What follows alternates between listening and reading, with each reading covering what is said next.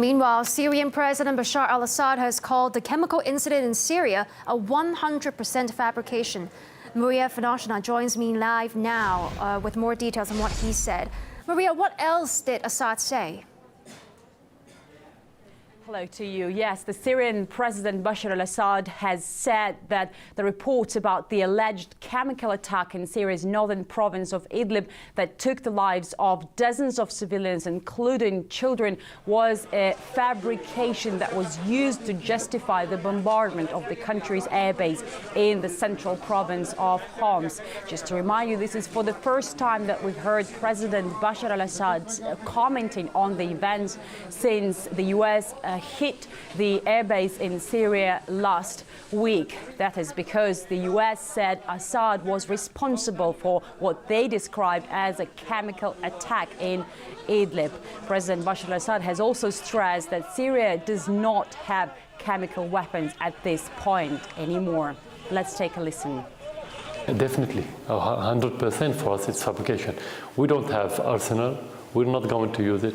And you have many indications if you don't have proof, because no one has concrete information or evidences. But you have indications. For example, less than 2 weeks, around 10 days before that attack, the terrorists were advancing in many fronts, including the suburbs of Damascus and Hama, which is not far from Khan Sheikhoun. Let's suppose we have this arsenal, and let's suppose that we have the will to use it. Why didn't we use it when we were retreating and the terrorists were advancing?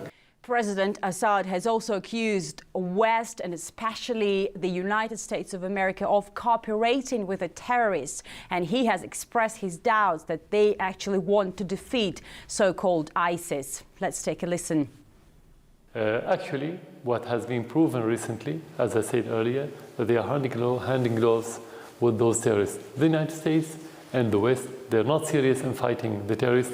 And yesterday, some of their statements were defending ISIS. They were saying that ISIS doesn't have chemical weapons. They are defending ISIS against the Syrian government and the Syrian army. So actually, you cannot talk about partnership between us, who work against the terrorists and who fight the terrorism, and the others who are supporting explicitly the terrorists. The investigation is currently undergoing into exactly what happened in the province of Idlib in northern Syria on 4th of April. It took lives, again, to remind you, of dozens of civilians, including children. We know that the chemical weapons watchdog, international watchdog, have already checked 10 out of 12 facilities, Syrian facilities, where chemical weapons could potentially be stored, while two other facilities are right now impossible to get access to because they are locating in the area under the control of armed militants, while the 10 facilities that have already been checked have been on the territory controlled by the Syrian government. And this is why many now speculating that maybe these two facilities could be in the province of Idlib. Back to you.